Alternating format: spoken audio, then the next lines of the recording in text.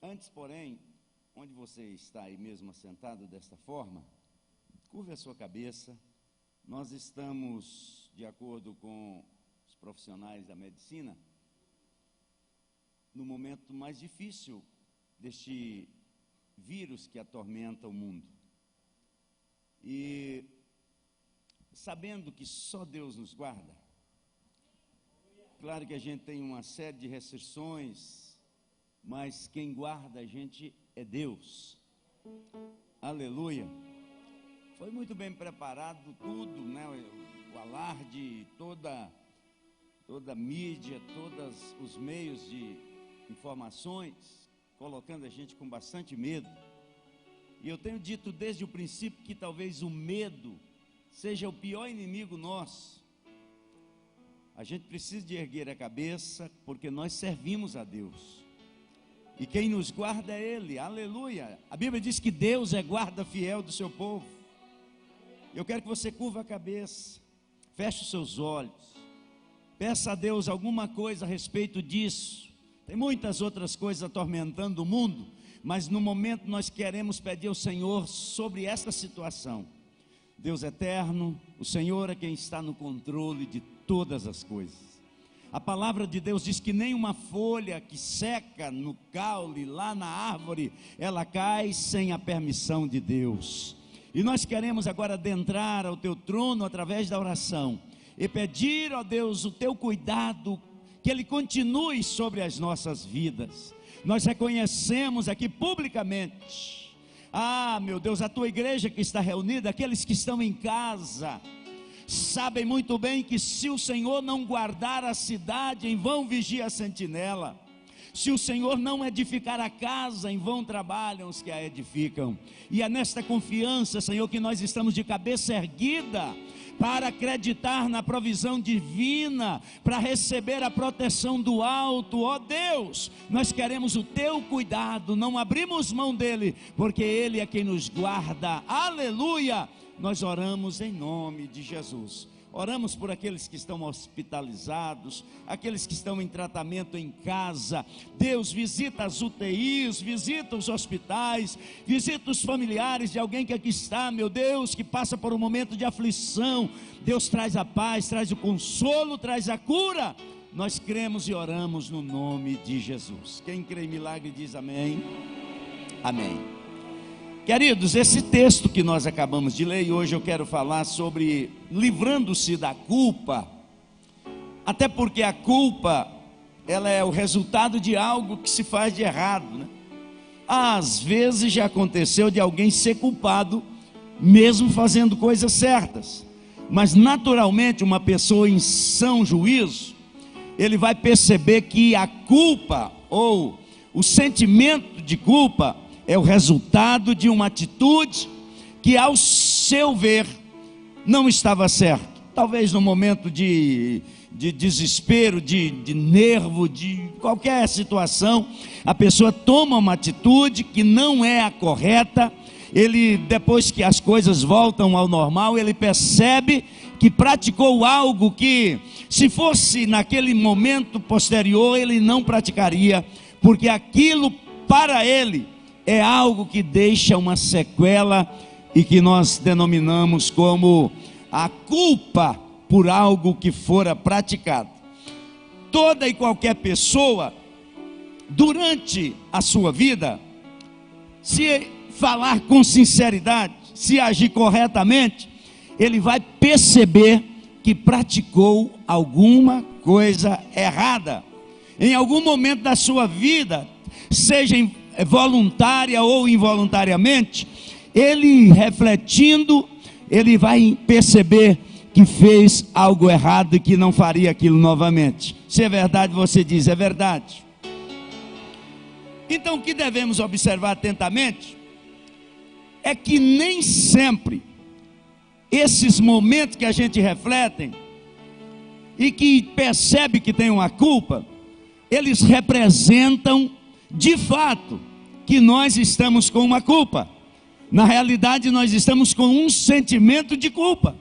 E talvez esse sentimento de culpa tenha trazido a muitas pessoas ansiedade, depressão, suicídio, porque eles incorporam uma culpa, entendendo que aquela culpa, ela é totalmente indestrutível na vida dele. Ele diz: eu estou arrasada, ou eu estou arrasado por uma coisa que eu cometi há um tempo determinado. E isso, todo sentimento que é vivenciado, ele se transforma numa condenação. Ele vai crescendo. Ele vai crescendo de tal forma que a pessoa se sente totalmente condenada. E quando ela chega nesse nível, ela está debaixo de um peso totalmente insuportável para ele e para qualquer pessoa. Então, a gente precisa entender que essa culpa, ou esse sentimento de culpa, após gerar em nossos corações essa condenação, ele é capaz de roubar a nossa alegria, a nossa segurança e até a nossa confiança. Ele vai destruindo internamente, caladinho. A pessoa que era brincalhona, de repente ela começa a ficar mais séria, ela começa a ficar mais fechada. Alguém comenta com o seu amigo, com o seu vizinho, seu parente, diz: fulano está diferente, o que aconteceu com ele? Talvez ele esteja debaixo de um sentimento de culpa, que lhe roubou a alegria, lhe roubou a segurança, e até a sua confiança nas próprias pessoas, e até mesmo em Deus. Precisamos compreender, à luz da palavra de Deus, que este não é o projeto que Deus tem para a minha e a sua vida. Deus jamais nos quer vivendo uma vida sofrida em decorrência de atos praticados no passado. Levante a sua mão para o céu e glorifique o nome do Senhor. A Bíblia deixa claro que a culpa não pode operar em nossas vidas. A culpa não pode operar em nossas vidas. Digam comigo: a culpa não pode operar na minha vida. Diga: eu rejeito em nome de Jesus.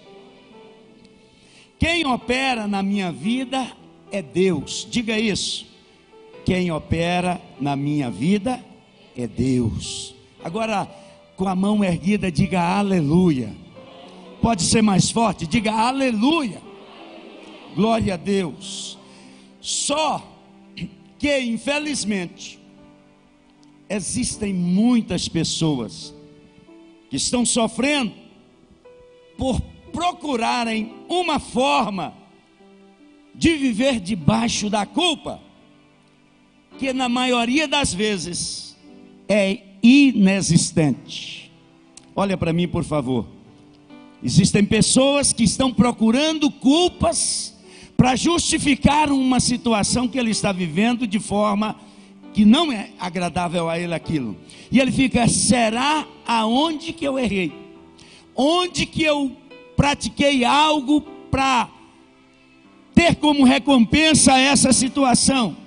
Na vida profissional, na vida familiar, na vida financeira, na vida sentimental, emocional. As pessoas que não conhecem de fato a palavra de Deus e o que ela representa, que não receberam ainda o sacrifício de Jesus como meio de retornarmos a Deus, elas ficam procurando alguma situação para justificar um desencontro que ele e ela teve na vida, e isso é permanecer debaixo da culpa. Diga mais uma vez: Deus não quer que eu viva assim. Diga: ainda bem que quem opera na minha vida, aponte a sua mão para cima e diga: é Deus. Diga mais forte: é Deus. Aleluia. Nesse texto bíblico que narra a história do encontro de Jesus e a mulher adúltera, juntamente com alguns homens da lei, que aqueles homens ali estavam com o propósito de acusar aquela mulher, é um exemplo da operação verdadeira de Deus na vida de quem a Ele recorre. Aleluia, glória a Jesus. Meu coração está palpitando, porque um dia, há mais de 40 anos, eu recorri a Ele. Pastor, o senhor é santinho, não tem defeito? Tenho, só que eu não vivo debaixo da culpa. Alguém suportou por mim na cruz do Calvário, e a Bíblia diz, Paulo registra em Colossenses 2,14, que a culpa que era contrária a nós, na sua ordenança, Ele atirou do meio de nós, cravando-a na cruz. Você pode erguer a mão e dar glória para Ele. Sinta-se livre nesta noite, em nome de Jesus. Todos ali sabiam que aquela mulher havia quebrado uma lei, e que a recompensa para ela, sem dúvida alguma, seria sentença de pena de morte. Ela estava sentenciada à morte. Escute o que eu vou dizer. Talvez alguém já disse para você que não tem jeito, que não dá, que é impossível. Alguém vai, às vezes fica sabendo de algum momento que a gente está passando, e existem pessoas que não vigiam e fazem questão de dizer para a gente: olha, eu tinha um amigo que estava com esse problema seu. Sabe o que aconteceu? Morreu rapidamente. Eu tinha uma pessoa, eu conheci alguém que passou essa situação, ficou louco, teve que ir para o hospital, não teve mais jeito, finalizando, morreu. Eu quero dizer para você que na sua vida apareceu a esperança. Jesus chegou na tua vida. Se você crê, adore e glorifique o nome do Senhor. Aquela mulher estava sentenciada à morte. Tudo conspirava contra ela. Ela estava num beco sem saída, porque os homens da lei, os homens que estavam no templo ministrando, talvez seria o último recurso a quem ela recorreria, mas foram eles que a levaram para encontrar com Jesus. Levante a sua mão e diga: eu vim aqui encontrar com Jesus. Diga pela fé, com alegria, diga: eu vim aqui hoje encontrar com Jesus. Mesmo que alguém te acusou, mesmo que você percebe que você está debaixo de uma culpa, mas você veio encontrar com Jesus nesta noite. E aquela mulher, ao encontrar com Jesus, o texto relata muito bem que ela estava em pé, no meio. Eu acho extremamente importante a gente analisar isso. Fizeram um círculo em volta dela. Para onde ela olhasse, tinha alguém acusando-a. Meu Deus, que sofrimento! Não tem ninguém que vai falar uma palavra ao meu favor. Para todo lado que eu olhar, tem alguém com o dedo apontando e dizendo: deve morrer, não tem jeito, foi apanhada no ato adulterando, e a lei já diz que tem que morrer, tem que ser apedrejada. E eles insistiram, a Bíblia diz, nessa teoria para acusar, para condenar. E tem muita gente que está por aí tentando condenar você, mas o principal é Satanás, colocando acusação. Você não presta, não vai dar certo. Passou a tua hora. Não, Jesus está nessa roda também. Aleluia. E eles insistiram naquele projeto.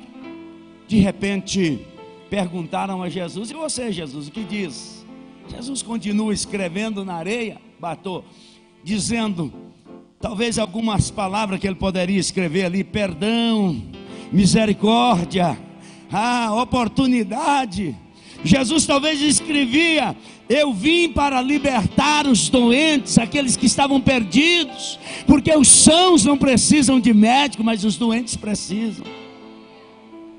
Jesus continua escrevendo e eles insistiram com Jesus. E Jesus fala uma das palavras mais lindas. Ele diz o seguinte: então aquele que não tem pecado, já começa a apedrejá-la. Aleluia. E Jesus volta a escrever na areia, no chão, com o seu dedo mesmo. Pessoa bem tranquila, porque quem está com a verdade é tranquilo.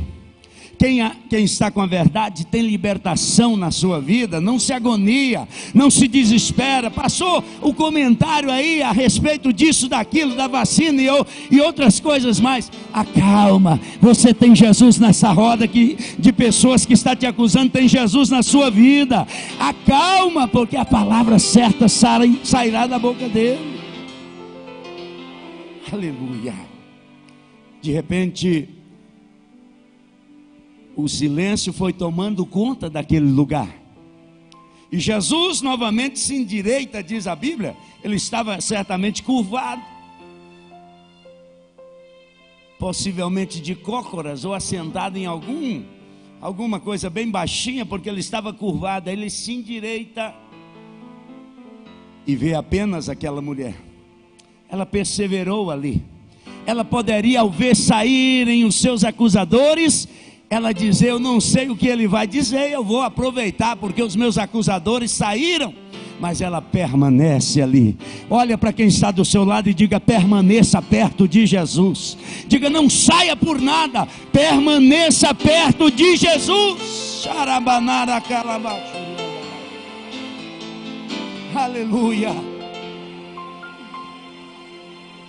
E Jesus então diz para ela: onde estão os teus acusadores? E ela diz: Senhor, eles foram saindo um, a começar pelos mais velhos. Até por uma questão de respeito. O mais velho saiu, o outro foi imediatamente, e foram saindo. Certamente ela olha para Jesus dizendo: será que esse último vai me condenar?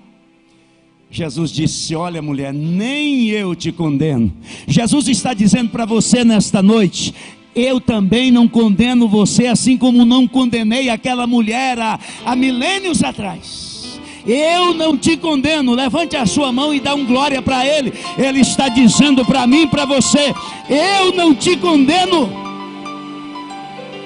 Aleluia. Mas o que aconteceu? Todos saíram. Jesus: nem tampouco eu te condeno. Vai e não peques mais. Aleluia. Jesus está interessado em libertar, nunca em condenar. Jesus está interessado em nos libertar. Jamais Ele tem interesse em condenar a minha, a sua vida. Mas Ele quer remover a culpa que porventura esteja nos incomodando, nos dando uma nova oportunidade. Pastor, o que é culpa? Existem 3 pontos de vista para definição de culpa. É o reconhecimento lógico de haver praticado ou feito algo errado. Reconhecimento lógico de haver cometido algo errado. Segunda definição: um sentimento doloroso de autocondenação por ter feito algo reconhecido como pecado. E em terceiro lugar, assumir condenação por algo que é apenas fruto da imaginação. Eu ouvi falar, meus pais diziam, meus avós disseram isso.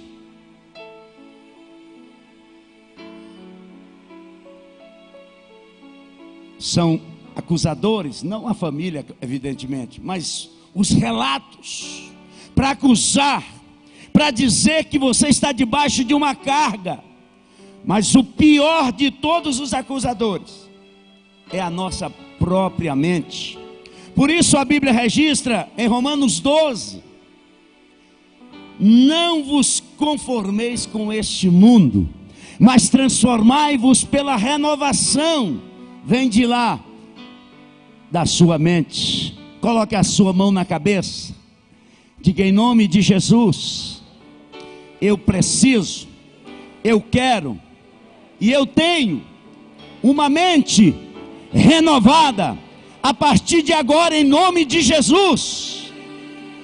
Pastor, mente renovada é para a gente praticar pecado e não sentir a consequência? Não, não é isso. Mente renovada é para não ficar debaixo de situações de sentimento de culpa apenas como fruto imaginário da mente. Porque a sua mente é liberta, a sua mente é a mente de Cristo, aleluia. Você precisa se encher dele. Como eu faço isso? Através da leitura da Bíblia, através da oração, através da comunhão, através de ouvir a palavra, através de crer nos mandamentos e na palavra do Senhor. Aleluia.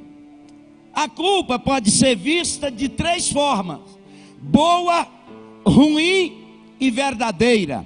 A culpa pode ser vista de 3 formas: boa, ruim e verdadeira. Como assim, pastor? Ela é boa quando é o reconhecimento por algo que de fato nós fizemos, que é pecado, que a Bíblia registra e apresenta como pecado.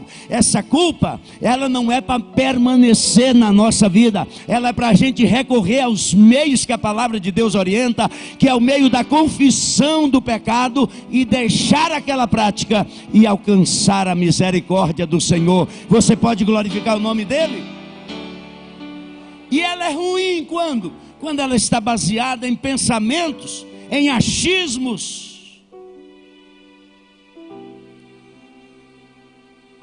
em ações erradas. A gente se baseia naquilo. Eu fiz isso no passado, então eu estou debaixo de uma condenação, porque é o resultado daquilo. Você já confessou Jesus? Se falou muito aí, alguns tempos atrás, em uma questão hereditária. O pecado aí é hereditário, ou esse resultado vem de uma situação que aconteceu lá na família. Foi o meu pai, o meu avô. Eu descobri depois que ele era um homem cruel, ruim, matava, roubava, fazia, aprontava. E hoje eu estou pagando por algo que alguém da minha família fez. A Bíblia registra que jamais os dentes dos filhos embotam ou ficam com aquela sensação ruim quando é o pai que come a fruta azeda. Aleluia. Você não vai pagar por ninguém, você precisa somente apresentar-se a Deus, crendo no sacrifício dele. Aleluia. E a verdadeira é quando no momento doloroso é resultado, ou a gente pensa que é resultado por haver feito algo errado e confessa. É o momento que a gente faz o fechamento, fecha o caixa e percebe que há um débito, e atribuímos a alguma situação exatamente aquilo que estamos vivendo. Por exemplo, não existe frieza espiritual sem que haja pecados não confessados. Vou repetir: não existe frieza espiritual sem que não haja pecados não confessados. Eu venho à igreja, eu ouço a palavra, nada mexe comigo, eu estou de olhos secos, não tenho desejo mais assim como eu sentia antigamente. O que é, pastor? Está faltando confessar algo, ou está faltando se voltar para Deus na leitura, na oração, ir à igreja, ouvir a palavra, consagrar-se, servir a Deus, amar o próximo, fazer o bem. Comece a praticar as coisas que a Bíblia orienta, e você vai, durante o culto, talvez, como eu já disse aqui há alguns anos atrás, tínhamos uma campainha para pedir silêncio das pessoas que glorificavam a Deus em alta voz na igreja. O que é isso que está acontecendo hoje? Que às vezes, para dar glória a Deus, o pastor tem que pedir: meu irmão, minha irmã, chegue aos pés de Cristo. É a coisa pior nesta vida, é a gente querer ser aquilo que de fato não somos. Temos alguns exemplos de pessoas que se sentiram culpadas. Por exemplo, Adão e Eva no jardim. Davi, quando desejou Batseba. Também, quando Pedro nega Cristo. Isso são coisas verdadeiras. Agora, ela é falsa quando é uma sensação sentida por uma pessoa, ele ou ela não cometeu um erro, mas por artimanhas, ela agora está debaixo desta culpabilidade. Artimanha, se a gente tem que guardar a mente, é porque na mente Deus opera, mas se não guardarmos a nossa mente, é na mente também que o inimigo de Deus opera. Todas as decisões, todas as ações que tomamos, primeiramente ela vem na nossa mente, a não ser uma coisa instantânea, como quando a gente está dirigindo um carro e de repente ele perde a dirigibilidade, e aí alguém diz: eu tomei uma decisão. De fato tomamos uma decisão, porque toda ação ela é tomada baseada numa decisão.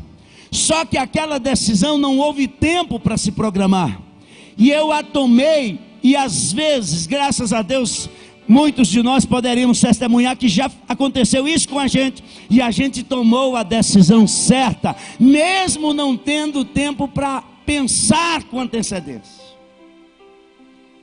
Quando a gente está debaixo de uma culpa, que ela veio para nós, que não fomos nós que criamos o problema, mas nós estamos debaixo de uma culpa, porque a mente está condenando. Por exemplo, uma pessoa abusada sexualmente, sentir-se culpada por aquele ato. Satanás é tão sujo que ele é capaz de fazer isso com algumas pessoas, mesmo sofrendo, como esse exemplo, o abuso. Ela ainda, além de estar debaixo de uma situação emocional tremenda, às vezes o inimigo a leva a ainda sentir-se culpada por dar aquela oportunidade. Quais as consequências disso, pastor? Toda e qualquer culpa, sendo ela classificada como boa, ruim, verdadeira ou falsa, além de aprisionar as pessoas, também é capaz de levar essas pessoas a acharem que Deus as rejeita, a pensarem que elas estão apenas aguardando o juízo e a punição de Deus, a sentirem-se ansiosas, a sentirem que estão dominadas. Como assim, pastor? Existem pessoas que trabalham incansavelmente, usando a sua própria força, tentando superar ou recompensar a alguma situação do passado, tendo a sensação de culpa por alguma coisa que aconteceu, ou às vezes até coisas que não aconteceram, mas na sua mente ela pensa: lá na frente, meu filho, a minha família vai passar uma necessidade, então tenho que trabalhar desesperadamente para suprir a necessidade que sequer existe. Isso é sentir dominado. Mas essa culpa também leva as pessoas a terem mente dividida, e aí diminui a energia. Como assim? Sensação causada pela culpa dificulta a capacidade de uma pessoa concentrar. A culpa é capaz de drenar a energia e deixar as pessoas se sentirem esgotadas. Uma das palavras antes da Covid mais ouvida era: estou cansado, estou cansado.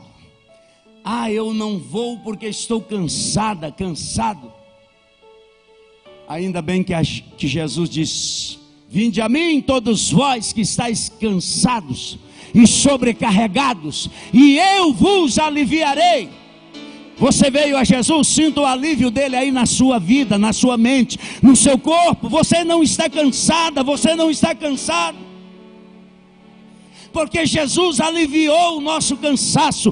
Quem cansa a gente não é o trabalho, não é o dia a dia, a fadiga do dia a dia, porque as pessoas, após um período, as pessoas se adaptam ao trabalho, seja ele leve ou pesado. Que está cansando e sempre cansou a humanidade é o pecado, mas Jesus chegou para perdoar os nossos pecados e aliviar o fardo que estávamos carregando. A culpa também leva as pessoas a sentirem que não vale a pena orar. Vou orar por quê? Olha para mim, por favor. Quando você toma a decisão de orar, você não está debaixo da culpa, porque a sensação que a oração não tem valor é resultado desta culpa, e na maioria das vezes, esta culpa que é fruto da nossa imaginação. Levante a mão e glorifique a Deus, dizendo: Deus, me livra desse negócio. Mas a culpa é capaz também de fazer até pessoas sofrerem de doenças físicas. Ela vai acumulando, vai drenando a energia, ela vai tirando a capacidade de raciocínio, ela vai tirando da gente a sensação de querer viver, de querer conseguir, de querer ultrapassar os limites, chegar em lugares melhores, e acaba causando doença física. Como, pastor? Para se libertar, a libertação da culpa começa quando nós compreendemos e valorizamos a morte vicária de Cristo. O começo da libertação da culpa não está nos meus atos praticados, apesar disso ser extremamente importante. Precisamos de fazer coisas boas. A Bíblia diz: façais o bem ao seu irmão. Cada um de vocês faça o bem ao seu próximo. A mão que se estende para ajudar, para abençoar, para doar, para ofertar, é melhor do que a mão que estende para receber. Eu quero profetizar na sua vida hoje, que em nome de Jesus, sempre na sua despensa haverá condições de ajudar alguém que precisa. Sempre na sua conta, no seu bolso, haverá condições para ajudar as pessoas que estão à sua volta precisando. Porque fazer o bem é uma atitude de quem está liberto da culpa. Só o que Satanás faz? A pessoa vem pedir ajuda, ele já coloca uma dúvida: será que ele vai pegar esse dinheiro que eu vou dar para ele ou para ela e vai gastar com bebidas, com drogas? Antigamente as pessoas chegavam à nossa porta, a gente abria a porta, conversava com ele. Sabe o que Satanás fez? Colocou homens maus, mulheres más, para se vestirem como mendigos, chegar à porta pedindo um alimento, e a pessoa abre, mas é um assaltante, um ladrão, uma pessoa maldosa, fechando de todos os lados a oportunidade de agirmos e de fazermos boas obras. Mas eu quero declarar sobre a minha, sua vida: jamais alguém chegará à nossa porta pedindo um pedaço de pão, um alimento, e nós vamos fechar a nossa mão. Ninguém vai bater na minha e na sua porta e sair com fome, em nome de Jesus, porque a nossa culpa já foi retirada de nós através do sacrifício de Cristo.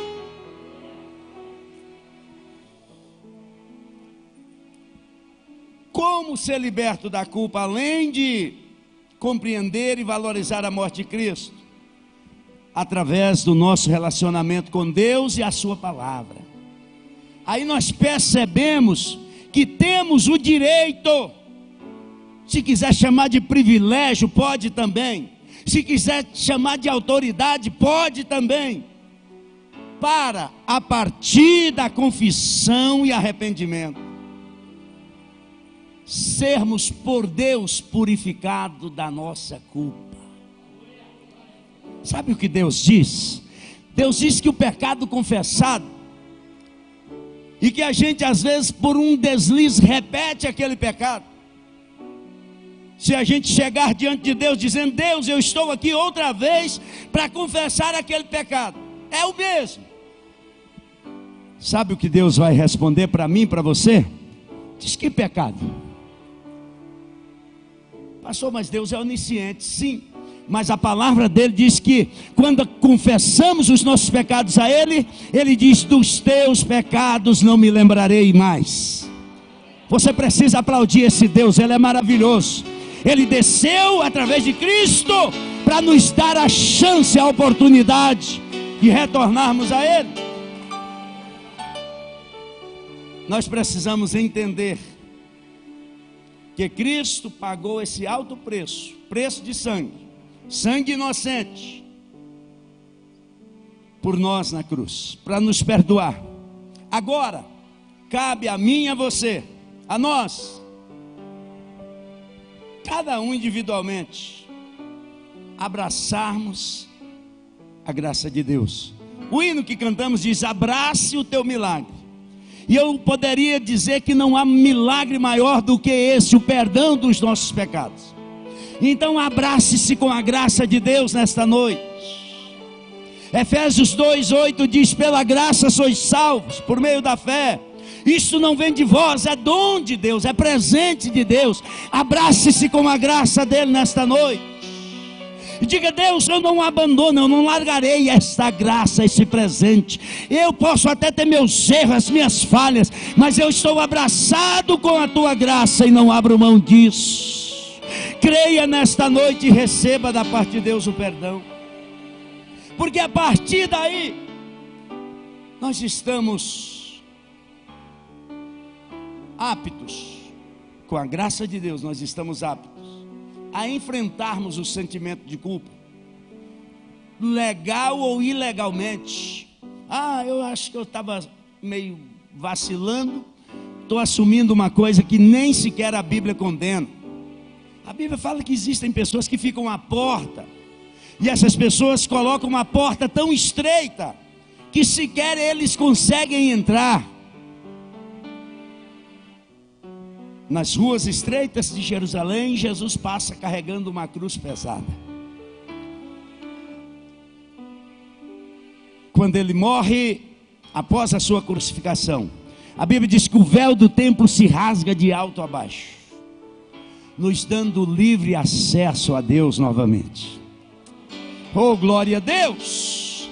Enfrenta os sentimentos de culpa, seja eles legais ou ilegais. Enfrenta, porque você está abraçada e abraçado com a graça. Quando eu abraço com a graça, também sou capaz de identificar a causa dos sentimentos. Eu estou sentindo um negócio, eu não sei o que é. Isso não funciona. Deus sabe, você precisa saber. Eu preciso saber o que está me incomodando. Eu acho, não acha. Não devemos achar, devemos ter certeza, identificar a causa do sentimento de culpa. Eu tratei mal o meu filho, agora eu fico com vergonha de voltar lá e pedir perdão. Eu tratei mal meu pai, minha mãe. Irmão, isso é o mínimo que a gente pode fazer. Se vestir com a graça e chegar no filho, na esposa, no esposo, na filha, no parente, no amigo, dizer: eu errei com você naquele dia que eu falei isso, pratiquei assim, e eu estou aqui em nome de Jesus, que eu reconheço o meu erro e vim pedir as suas desculpas, o seu perdão. Aí tem pessoas que são duras demais e dizem: quem perdoa é Deus. Levante a sua mão e diga: graças a Deus, quem perdoa é Ele. Porque se fôssemos nós, estaríamos ferrados, porque o nosso coração tem dificuldade até para pedir perdão, quanto menos para perdoar. Mas eu rogo a Deus pela minha e a sua vida nesta noite. Você vai, a partir de hoje, ter um coração pronto para pedir perdão a Deus e também para perdoar aqueles que lhe ofendem. Até porque a oração que Jesus ensina em Mateus capítulo 6, versículo 9 a seguir, Diz assim: perdoa-nos as nossas dívidas, assim como nós perdoamos a quem nos tem ofendido. Levante a sua mão se você lembra de alguém que está ferido com palavras, com ações que você praticou. Já comece a dizer: eu perdoo essa pessoa, eu quero o perdão dela também, e primeiramente eu quero o perdão de Deus na minha vida. Depois que a gente se abraça com a graça de Deus, nós conseguimos confessar, conseguimos nos arrepender, e se for necessário a gente caminha longe para buscar um reconserto. Quando a gente se abraça com a graça de Deus, nós somos capazes de aceitar o perdão por completo da parte de Deus. Não é baseado na nossa atitude apenas. Ah, pastor, eu fiz um clamor a Deus, até chorei, fiquei emocionado. Que maravilha! As lágrimas para Deus pode se transformar numa frase. Aleluia! Mas eu não posso basear que eu fui perdoado porque eu jejuei tantos dias, porque eu orei tantos dias, e isso vale também para alcançar alguma coisa. Ah, eu fiz uma campanha, então eu estou apto para receber. Não, nós recebemos por causa das misericórdias de Deus. Aleluia, e elas não têm fim, e elas repousam sobre a sua cabeça nesta noite. As misericórdias de Deus abraçam você nesta hora. Quando nós abraçamos com a graça, nós não ficamos pensando que talvez eu vou morar com Deus um dia. Ah, talvez, se Deus quiser, se Deus permitir. Deus já permitiu. A Bíblia diz que o caminho que nos leva a Deus, ele se abriu. Agora é possível chegar a Deus através desse caminho. E quem é, pastor, o caminho? Jesus disse... Ele no último dia da festa, ele se colocou em pé e diz: eu sou o caminho, a verdade e a vida, e ninguém vem ao Pai senão por mim. Você glorifica o nome de Jesus? Agora, às vezes nós teremos que lidar com consequências das nossas ações. Sim, existem ações que praticamos.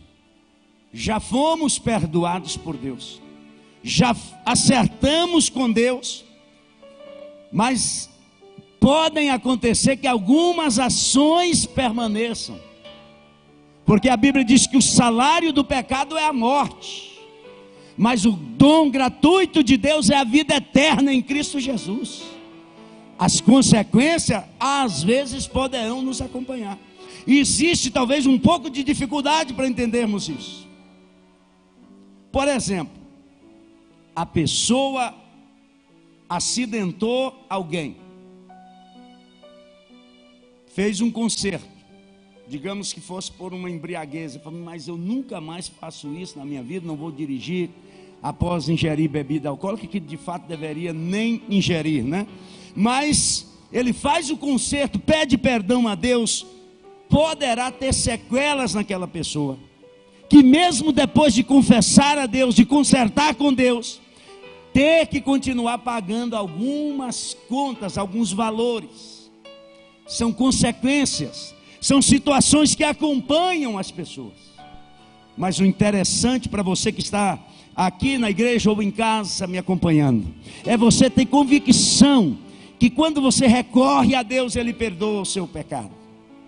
Você precisa acreditar nisso. Ou você aceita isso e vive uma vida feliz na terra, e depois a vida eterna, ou você não viverá feliz nem nesta terra e nem na vida futura. Você precisa abraçar-se com a graça de Deus. E é hoje, pastor, vou deixar para amanhã. Não, é hoje. Agora, após você ser liberta, você transformou problemas em bênçãos. Você precisa de testemunhar disso para as outras pessoas. O que Deus fez por você, o que Deus está fazendo na sua vida. Você precisa se levantar e de alguma forma, pastor, eu quero um microfone. Às vezes não precisa. Você tem família, sabe aquele endemoniado que Jesus libertou, o gadareno? Ele disse: eu vou com o Senhor, eu quero ir por aí.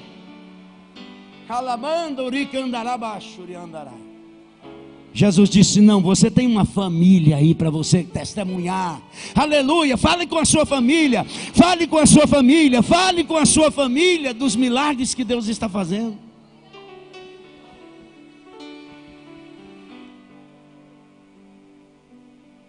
Às vezes nós nos preocupamos com plateia. Jesus para falar com uma mulher que estava sentenciada à morte. Ele ouve a mulher. Jesus para conversar com a mulher samaritana. Aleluia. Jesus parou hoje para conversar com você. Aleluia. Ele disse: eu estou às suas ordens, fulano de tal, fulana de tal. Mesmo que você imagine que ninguém dá atenção para você, que ninguém te ouve, que ninguém te dá um minuto de atenção, ouça, Jesus veio para conversar com você nesta noite. Como cristãos, após recebermos e aceitarmos o plano redentor de Cristo, de maneira nenhuma poderemos viver debaixo da culpa causada pelo pecado. Independente que essa culpa seja falsa, verdadeira, boa ou ruim. Eu não quero saber se ela tem lógica, se ela não tem lógica. Eu não viverei debaixo da culpa. Levante a sua mão se você concorda comigo e diga: eu não vou viver debaixo da culpa. Escute bem, após Cristo morar em nossos corações, devemos, por meio da fé, enfrentar, lidar e vencermos com a autoridade do nome de Jesus, mas firmados na palavra de Deus. Para que isso, pastor? Para finalmente vivermos uma vida repleta de felicidade, de alegria e de paz. Porque é exatamente isto que o nosso Deus tem para cada um daqueles que o servem. Certamente a libertação da culpa nos tornará capaz de cumprirmos os propósitos de Deus para as nossas vidas. O nosso Deus, como eu disse, veio para conversar com você hoje. Ele está pronto para nos atender, para nos libertar de qualquer coisa que impeça o nosso relacionamento com Ele, como por exemplo, o poder da culpa. Você não ora porque quando você vai começar a orar já lembra da culpa. Isso é um laço do inimigo contra a sua vida. Se desfaça dele hoje, agora, em nome de Jesus. Aleluia. Glória a Jesus, glória a Deus.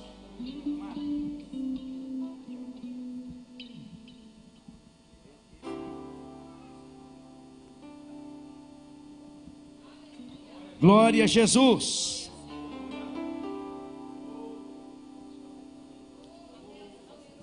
Eu quero que você se levante, por favor. Pastor, o senhor vai fazer o apelo hoje? Eu não vou fazer o apelo hoje, porque Deus veio hoje para conversar com você. Feche os seus olhos. O poder da culpa, ele quer desconcentrar a gente. Mas o sangue de Jesus Cristo derramado inocentemente por nós nos dá uma oportunidade, nos dá a possibilidade de hoje a gente falar direto com Deus. Eu quero te convidar a tomar um propósito em sua vida. Você disse: eu sou muito jovem, eu sou muito velho. Não tem isso não.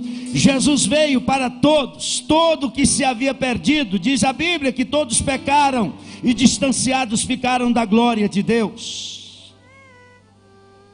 Ele está aí juntinho com você. Pela fé, se você está de olhos fechados, você pode vê-lo. Pela fé você diz: eu estou sentindo aqui um negócio aqui gostoso. Sabe o que é? Jesus, aquele que veio para libertar aquela mulher que está perto de você aí, dizendo: eu estou às suas ordens. Pode contar para mim o que você precisa. Aleluia, Jesus. Aleluia. Enquanto nós cantamos esse hino, você pode falar com Deus. Já passamos do horário